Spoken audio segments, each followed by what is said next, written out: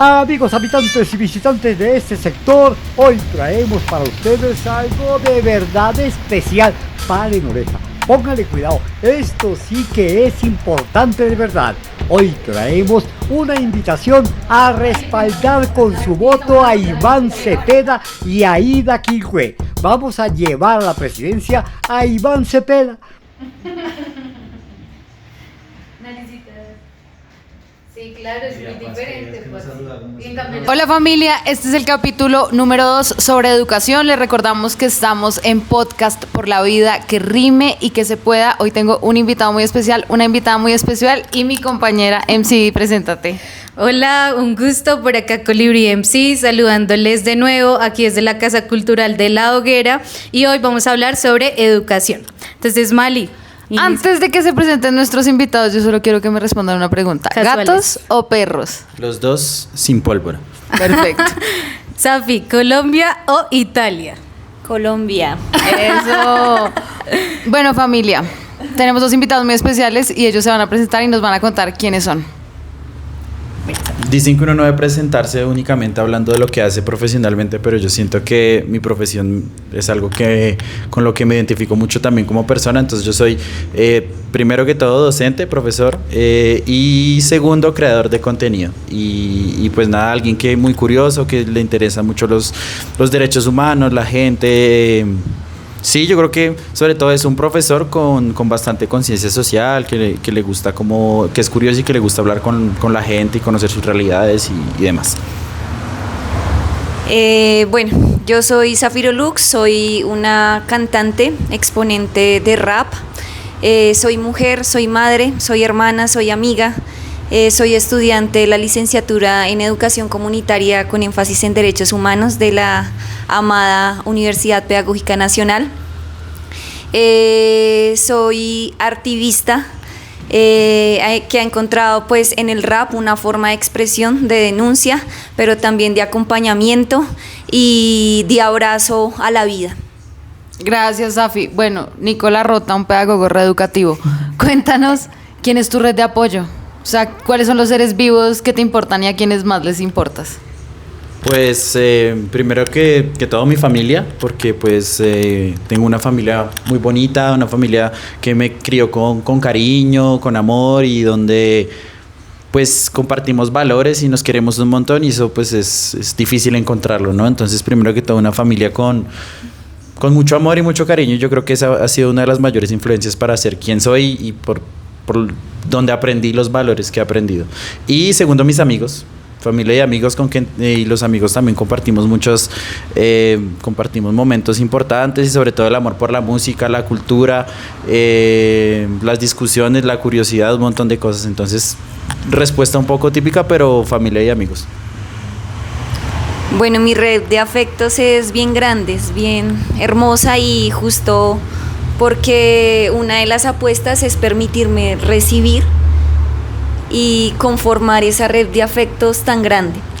Entonces mi red de afectos empieza por mi hijo, la siguen mis amigas, pero también hay vidas no humanas que hacen parte de esa red, como lo es mi perrita Chía, pero también el agua que me permite bañarme todos los días, tomar todos los días, el humedal también que permite respirar, que guarda todo ese recurso tan importante para la vida, el glaciar que resiste diariamente y las vidas que habitan también ese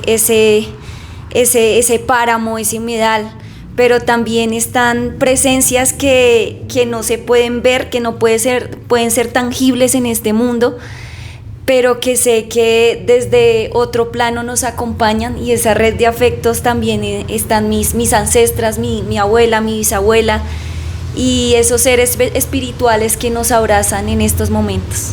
Uf, qué excelente respuesta, Safi, me dejaste recordarnos, sí, que no hay solamente una familia de sangre, que también existe, pero también está la familia espiritual y la familia de la cultura. Entonces, shout out para la cultura hip hop. Y ya que hablaste de los humedales, por favor no se olviden ver nuestro episodio número 1 sobre medio ambiente.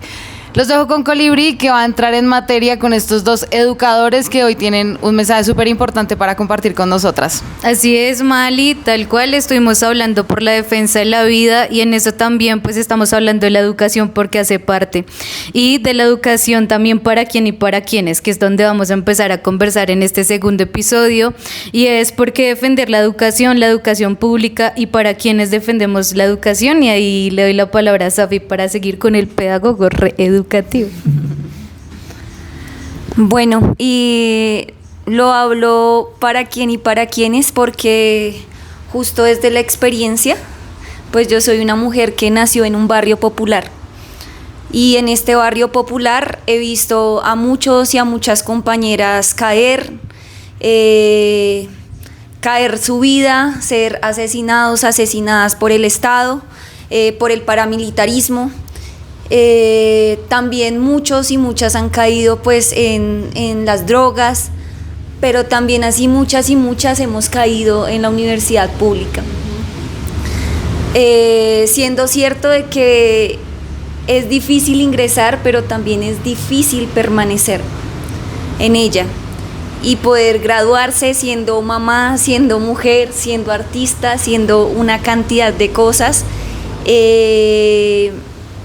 Y yo creo que lo que más soñamos y más deseamos es que la educación sea para nosotras y para nosotros, que a partir de ella pues haya una justicia epistémica, ¿no?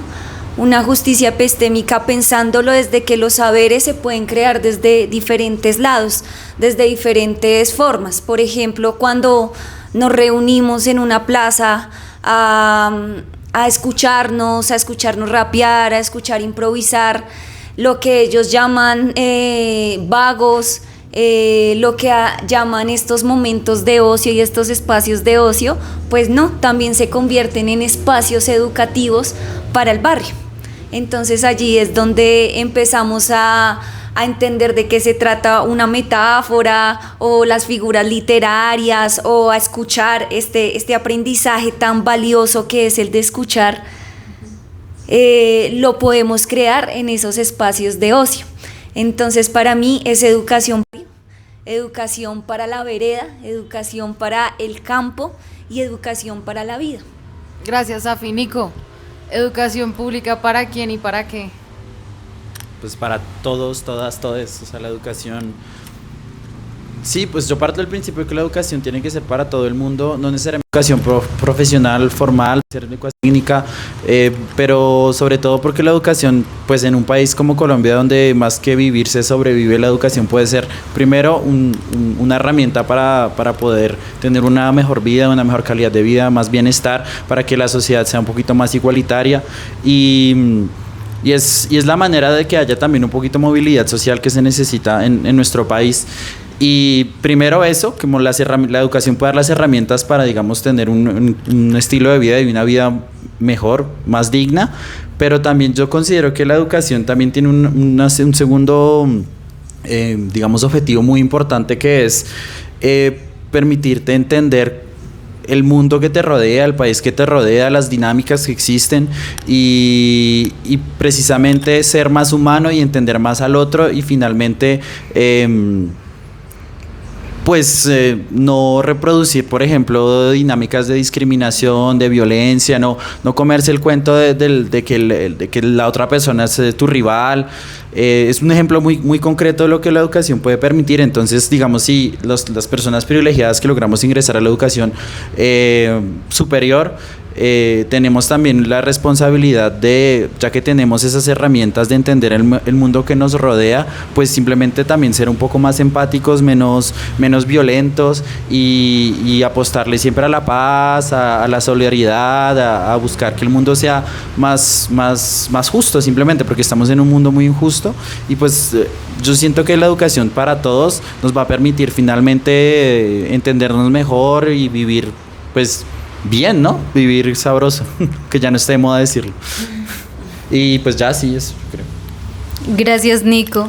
Pues preciso, hablábamos como antes de iniciar el episodio que ha habido una discusión también sobre para quién es la educación y a veces a algunas personas les resuena como que solo hay una población a la que le debe llegar la educación, entonces nos sorprende que haya educación para el campesinado, para las madres comunitarias, que haya una dignificación para quienes ingresaron a estudiar al SENA, entonces también es empezar a desdibujar los únicos lugares institucionalizados y seguir dando una pelea por los espacios comunitarios y la educación comunitaria que ahorita mencionaba Safi, pero pues sabemos que eso tiene unas limitaciones y unos retos, inclusive como unas invasiones allí como en lo que hacemos, y pues para quienes sostenemos procesos comunitarios sabemos que esa es como nuestra primera escuela. Entonces, para Safi, ¿por qué hay limitaciones y por qué seguir defendiendo la educación comunitaria? Bueno, yo creo que las limitaciones están en esta misma concepción de el individualismo, ¿no? Entonces, comenzando por ahí, usted solo estudia y se forma para alimentar el capital, para seguir siendo siempre y sosteniendo el capital y sosteniendo las grandes empresas, sosteniendo las grandes multinacionales. Y de allí parte que la educación comunitaria se ve limitada justo porque debemos seguir con esta vida que enriquece, sigue enriqueciendo y alimentando pues a las grandes empresas, por lo cual digamos que hacer parte de un proceso comunitario, el cual requiere muchísimo tiempo, mucho compromiso, pues se ve limitado en la participación. Y la participación de jóvenes, ¿por qué? Porque deben salir de sus casas, hasta en escuelas, digamos en la escuela donde yo hice el proyecto de grado, pues habían jóvenes trabajadores, niños trabajadores, donde tenían que salir de estudiar o muchas veces desertaban de la escuela porque tenían que trabajar, tenían que sostener una familia, tienen que pagar un paga diario. Entonces la vida se ve limitada en eso, en que tú solo sales a trabajar y necesitas es buscar un alimento porque el hambre existe, porque el hambre está ahí, porque necesitas dormir en un techo. Y sí, estas maneras de pensar capitalistas que solo buscan que seas parte de la clase trabajadora y que no está mal. Yo soy una mujer trabajadora, me considero una mujer trabajadora y es lindo, pero también qué lindo hacer lo que una quiere y lo que a una le gusta y trabajar en lo que a una le gusta. No estar encerrada en cuatro paredes todo el día produciendo y produciendo. Entonces esta es una de las limitantes del individualismo, creería yo, ese individualismo que nos han insertado, de que solo debe trabajar es para usted y para usted, y esto es lo que hace también ese pensamiento de educación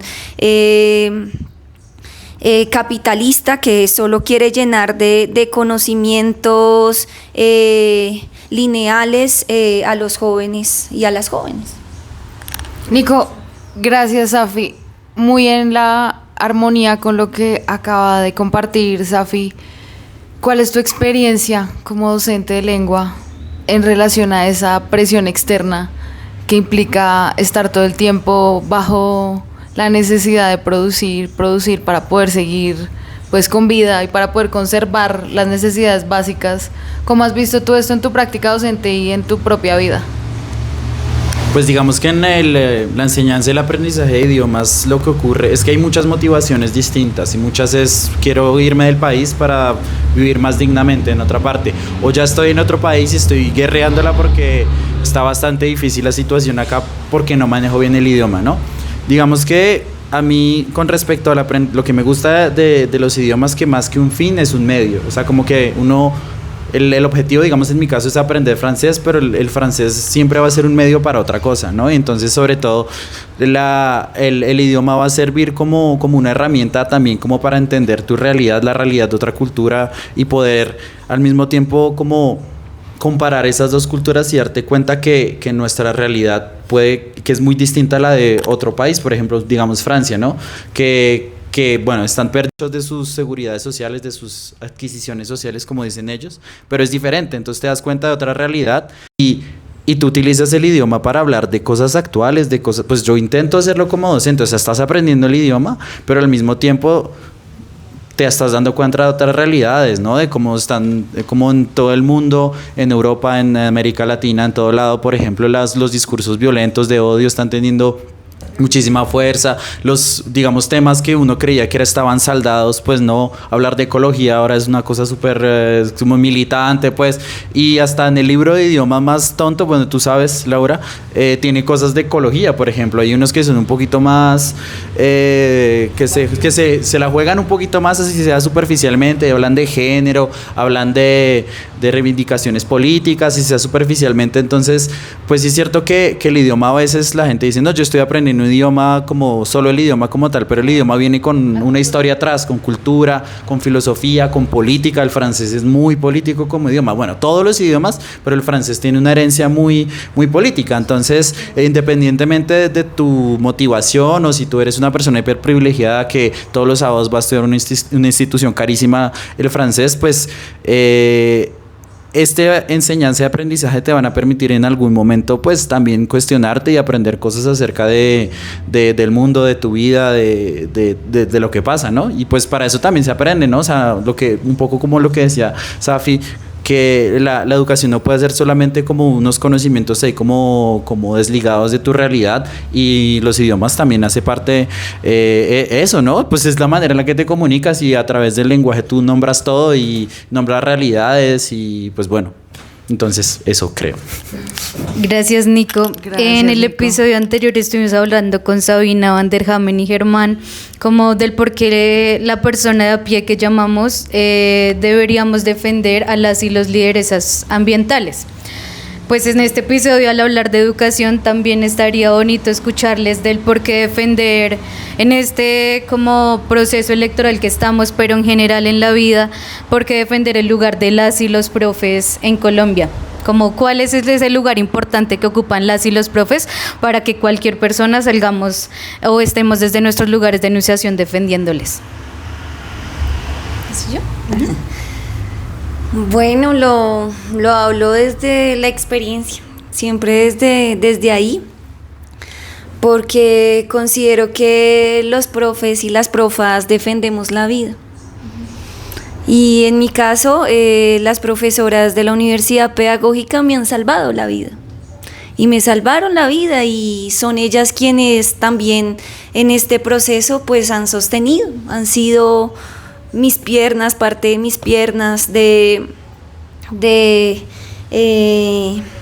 mis pies, de esa raíz que me ha hecho crecer como rapera, como mujer, como profa, y porque también trabajando ahorita con niños y niñas y jóvenes, me he podido dar cuenta que los vínculos que se generan entre ellos y nosotras como profes permiten que ellos y ellas tengan esperanza, porque ellos empiezan y nosotras también empezamos a generar como ese tejido que hace que cuando están en la escuela salgan de esa realidad tan hostil que los rodea.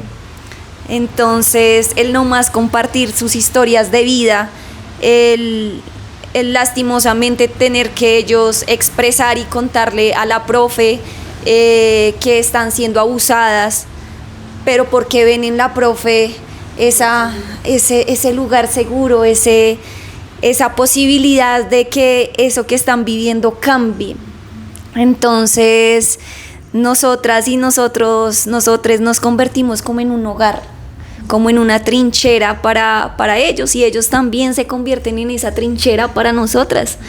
Una trinchera que permite que hoy estemos aquí sentadas defendiendo la vida, defendiendo la educación, defendiendo estos lugares de enunciación. Por ejemplo, también cuando ellos escuchan que la profe es rapera, como que wow, ¿y cómo se hace eso? Quiero escribir, quiero aprender a cantar rap. O cuando los papás se enteran que la profe es la misma compañera con la que compartió escenario, pues ellos se sienten muy agradecidos y dicen, yo el otro día me escribió un compañero como agradezco porque sé que mi hija está con una persona segura que va a decirle algo diferente en la escuela.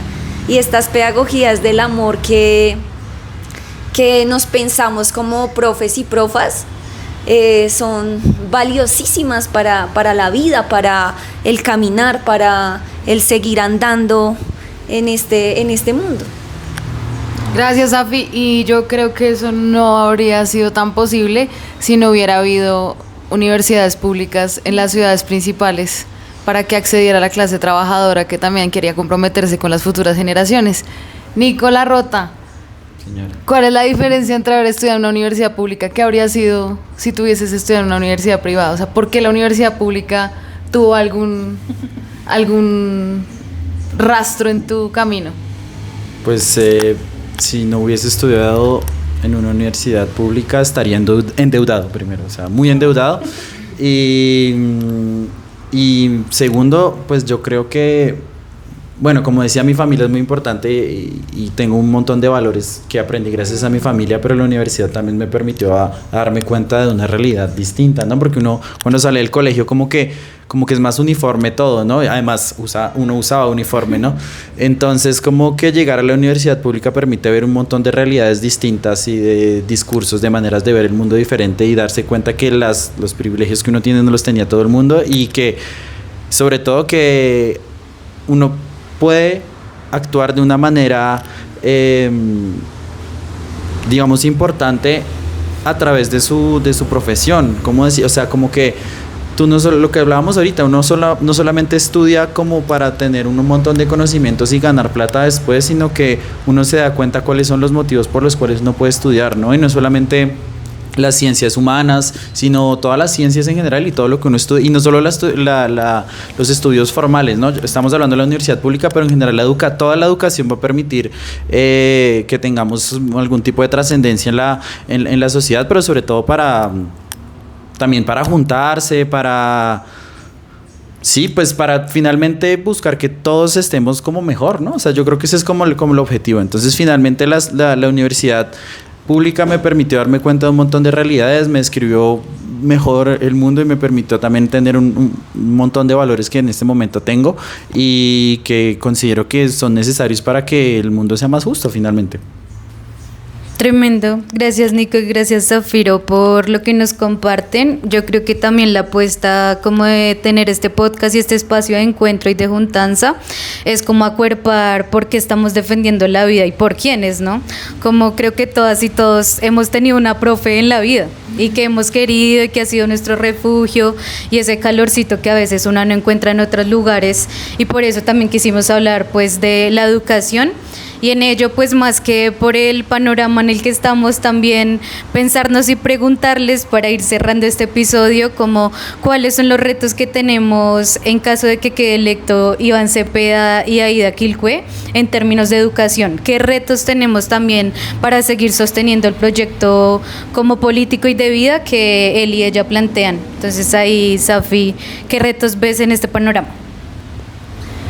Bueno, yo creo que los retos están en primero, así estemos vinculados y vinculadas a la educación pública, plantearnos, replantearnos, repensarnos estas pedagogías y este lugar en el que nos estamos educando, porque si bien pues la clase popular está, la mayoría, porque no puedo decir que en la universidad pública solo están las clases populares, es plantearnos qué vamos a hacer como profes o cómo voy a hacer como profe cuando salga y me gradúe de la universidad pública. Porque en la universidad pública, lastimosamente, y en la Universidad Pedagógica Nacional, también hay una población que no se piensa la educación de manera crítica. Entonces, pues solo van a estudiar y es como si tuviesen acá dos cositas que no les permite ver para ambos lados. Entonces, uno de los retos es quitar esas limitantes, esas barreras que hacen que solo vea hacia el frente y dejarlas a un lado y repensarnos la educación, tanto escolar como superior, de una manera diferente. no como esta educación que siempre nos han planteado, que es de manera acumulativa, sino una educación que reconozca los diferentes saberes de las comunidades afroindígenas, pero también una lectura diferente pues de todos los contextos que tenemos, de que en la ciudad es diferente, de que en el campo es diferente, de que no es, o sea, en el campo cómo se puede enseñar las matemáticas o qué conocimientos pues hay en el campo sobre las matemáticas, ¿no? Entonces el área cómo se aprende desde la siembra. Sí, como desdibujar esta educación estructural que siempre nos han impuesto y luchar por estas políticas públicas y participar. Creo que también uno de los retos es la participación de nosotras y nosotras como ciudadanía en toda el conocimiento, la conformación, la construcción de leyes, de políticas públicas y estar siempre ahí bien comunicados con lo que hace el gobierno, participar, estar adentro. Gracias. Nico, si el pacto histórico logra la presidencia a partir del 21 de junio, ¿qué debemos hacer como ciudadanía, como movimientos sociales, como profesionales de la educación? Pues yo creo que lo principal es como hacer más humano el ejercicio de la educación, de la pedagogía, porque especialmente en la educación superior yo siento que dependiendo de las universidades, pero se entra mucho en una óptica individualista. Y como que no se piensa la educación como un ejercicio colectivo, ¿no? Finalmente la educación lo que permite es como juntarse también con gente, ¿no? Con gente que piensa distinto, donde hay un guía. Yo veo al profesor como un guía, pero no como el que lo sabe todo y mejor dicho el patriarca, pues, ¿no? Sino un guía que nos va a permitir como que la educación tenga un carácter más humano y más social, ¿no? Pensar que tú estás estudiando para digamos aportar a una sociedad, no necesariamente para aportarle a los que ya son millonarios y que van a seguir acumulando riquezas, sea lo que sea, sino simplemente repensarse el ejercicio de la educación como algo que nos permita ser más empáticos, conocer mejor a las personas que nos rodean, los problemas, las discriminaciones, las violencias y así mismo actuar, ¿no? Entonces, yo creo que eso es independientemente de quién quede, pero pues siento que sería más fácil teniendo un gobierno progresista, sí, sin que nos destripen ni nada, ¿no? Sí, sería más probable. Guardando nuestras tripitas, sí. Entonces, sí, creería que es un reto que para cualquier gobierno, pero siento que por lo menos en la lógica del gobierno, bueno, el Estado está a pensar más en lo colectivo y eso pues está muy bien también desde la educación. Súper.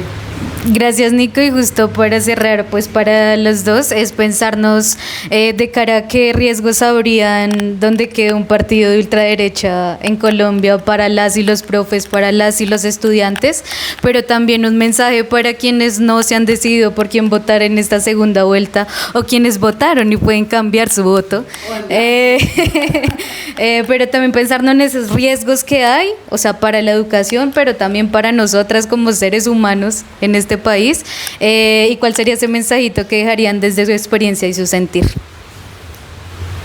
Riesgos todos, riesgos muchos y bueno, este es un miedo que no está mal sentir miedo, porque este es un miedo que igual nos moviliza, que es un miedo que permite justo que nos organicemos también.